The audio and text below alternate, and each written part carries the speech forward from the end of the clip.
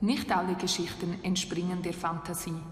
Manche wurzeln tiefer, an Orten, an denen Zeit und Erinnerung ineinander übergehen. Ich hielt Legenden lange für bloße Erzählungen, entstanden aus Sehnsucht, überliefert durch Generationen ohne festen Anker in der Wirklichkeit. Doch in jener Nacht, als der Nebel düster über den Wäldern nahe Sifarfa Castle lag, begann ich zu zweifeln.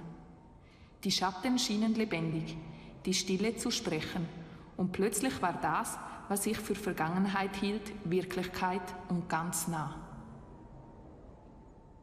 Ich wusste nicht, warum mich Legenden und Mythen so sehr faszinierten, bis ich mich selbst in einer wiederfand. Es begann an einem nebligen Herbstabend, als ich durch die Wälder nahe Sifarfa Castle wanderte.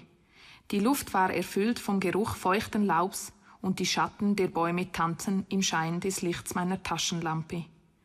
Ein leiser Windstoß trägt eine Melodie heran.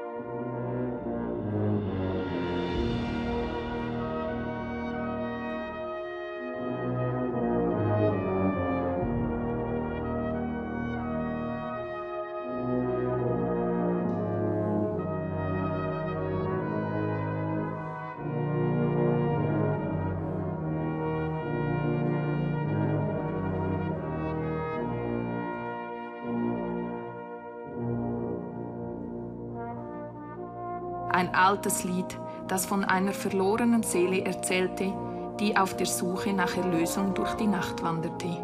Man sagt, dass in den Ruinen von Sifarfa Castle der Geist eines Schmiedes umhergeht, der einst in den Schmieden der Region arbeitete.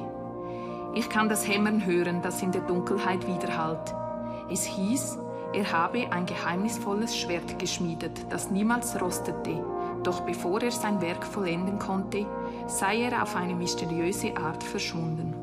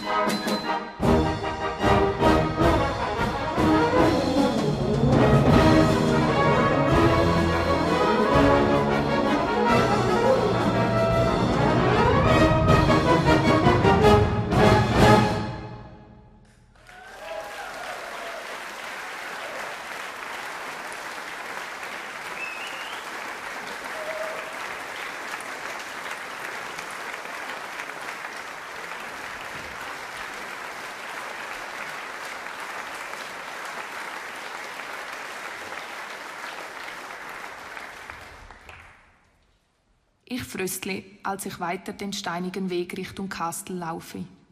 Liegt das Schwert noch immer irgendwo tief unter den Ruinen verborgen? Ich schließe die Augen und versuche mir den Schmied vorzustellen. Ein Mann mit eisernem Blick und stählernen Händen, dessen Geist noch immer rastlos durch die Nacht irrte. Ich bleibe stehen und lausche. In der Stille des Waldes glaube ich, das ferne Hämmern eines Ambusses zu hören. Plötzlich zerreißt das Heulen des Windes meine Gedanken und mein Blick schweift weiter Richtung Schottland, in die Zeit von William Wallace, dem Mann, den sie Braveheart nannten. Ich erinnere mich an seine Geschichte, ein Krieger, der für die Freiheit kämpfte, mit einem Herzen, das niemals aufgab. Sein Mut hat ein ganzes Volk inspiriert. Ich stelle mir vor, wie er einst auf den Hügeln Schottland stand, den Blick auf die untergehende Sonne gerichtet, das Schwert fest in der Hand. Seine Feinde nannten ihn einen Rebellen, doch für sein Volk war er ein Held. Ich höre das Echo vergangener Schlachten, die Schreie der Soldaten und das Klirren der Schwerter. Ob er gewusst hatte, dass er eine Legende werden würde?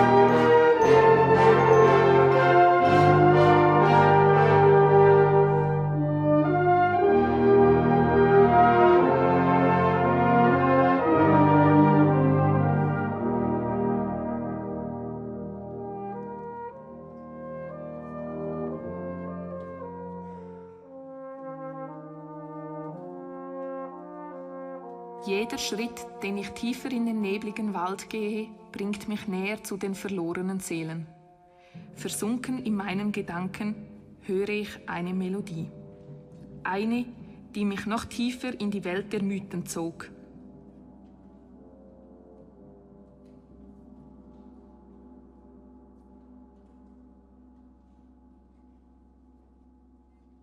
Das Lied des schwedischen Hirtenmädchens Alma. Die Legende besagt, dass einst ein junges Mädchen in den Bergen tanzte, so voller Freude, dass die Natur selbst mit ihr tanzte. Doch als der Wind stärker wurde, verschwand sie spurlos. Seit diesem Tag wird erzählt, dass sie an stürmischen Abenden immer noch in den Bergen Schwedens tanzt. Ich schließe die Augen und kann sie sehen. Eine zarte Mädchengestalt, die sich im Nebel dreht, die Musik mit jeder Bewegung zum Leben erweckt, Vielleicht ist sie nur ein Geist, vielleicht aber auch eine Erinnerung an die Schönheit der Freiheit.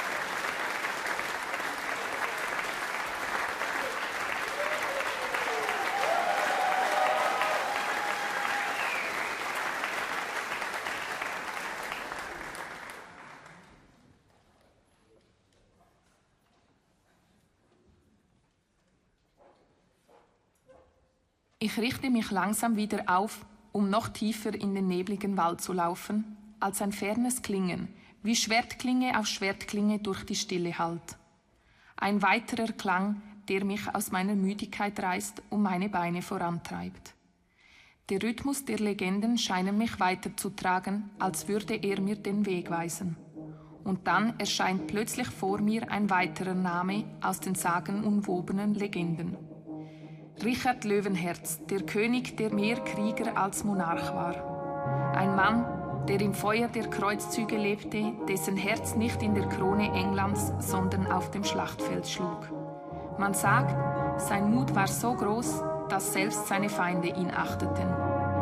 Ich sehe ihn vor mir, gehüllt im Kettenhemd, das Schwert in der Hand, hoch zu Ross, sein Blick fest auf das Ziel gerichtet. Doch es war nicht nur der Krieg, der ihn unsterblich machte. Es war sein Herz. Ein Herz, das im Kampf schlug, das für Ehre, Treue und das, woran er glaubte, brannte. Ich stelle mir vor, wie er, gefangen, verraten, weit fern der Heimat, dennoch nicht zerbrach.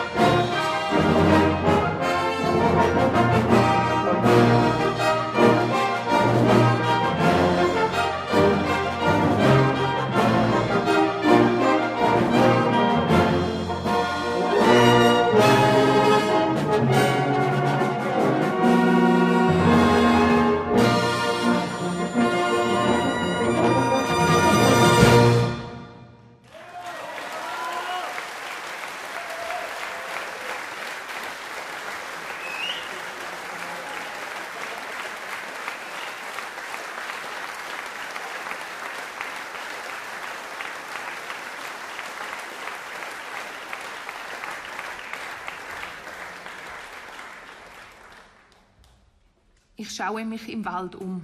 Der Nebel hat sich ein wenig gelichtet, als wäre auch er von der Geschichte ergriffen. Jeder Ort, jeder Klang war wie ein Tor in eine andere Zeit, als wären all diese Mythen nicht bloß Geschichten, sondern Teil einer verborgenen Wirklichkeit. Ich bin müde und meine Beine werden langsam schwach. Ich laufe weiter durch die Dunkelheit des Waldes, bis ich an einem alten Felsen zum Stehen komme. Ich sacke zu Boden, weil meine Beine unter meinem Gewicht nachgeben. Erschöpft lehne ich meinen Kopf an einen Felsen. Man erzählt sich, dass ein armer Bauer einst einem alten Mann auf einem weißen Pferd begegnete. Der Mann bat darum, sein Pferd zu kaufen, doch der Bauer wollte es nur zu einem höheren Preis hergeben. Da führte der Fremde ihn in eine Höhle im Felsen, in der eine Armee schlafender Ritter lag, jeder mit einem goldenen Schild an seiner Seite. Diese Krieger schlafen, bis England in seiner größten Not ist, hatte der alte Mann gesagt, bevor er den Bauern reich belohnte.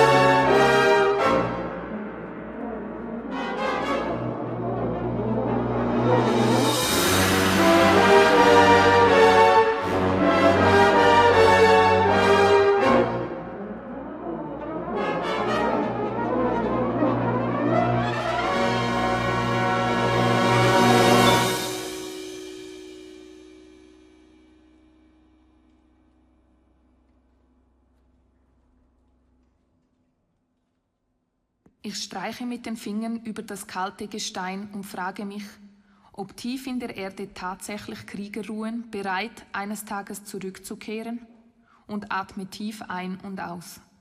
Ich spüre, dass ich etwas gefunden habe, nicht das Schwert des Schmiedes, nicht den schlafenden Ritter oder das tanzende Mädchen, sondern eine tiefere Wahrheit. Diese Legenden waren mehr als nur alte Geschichten.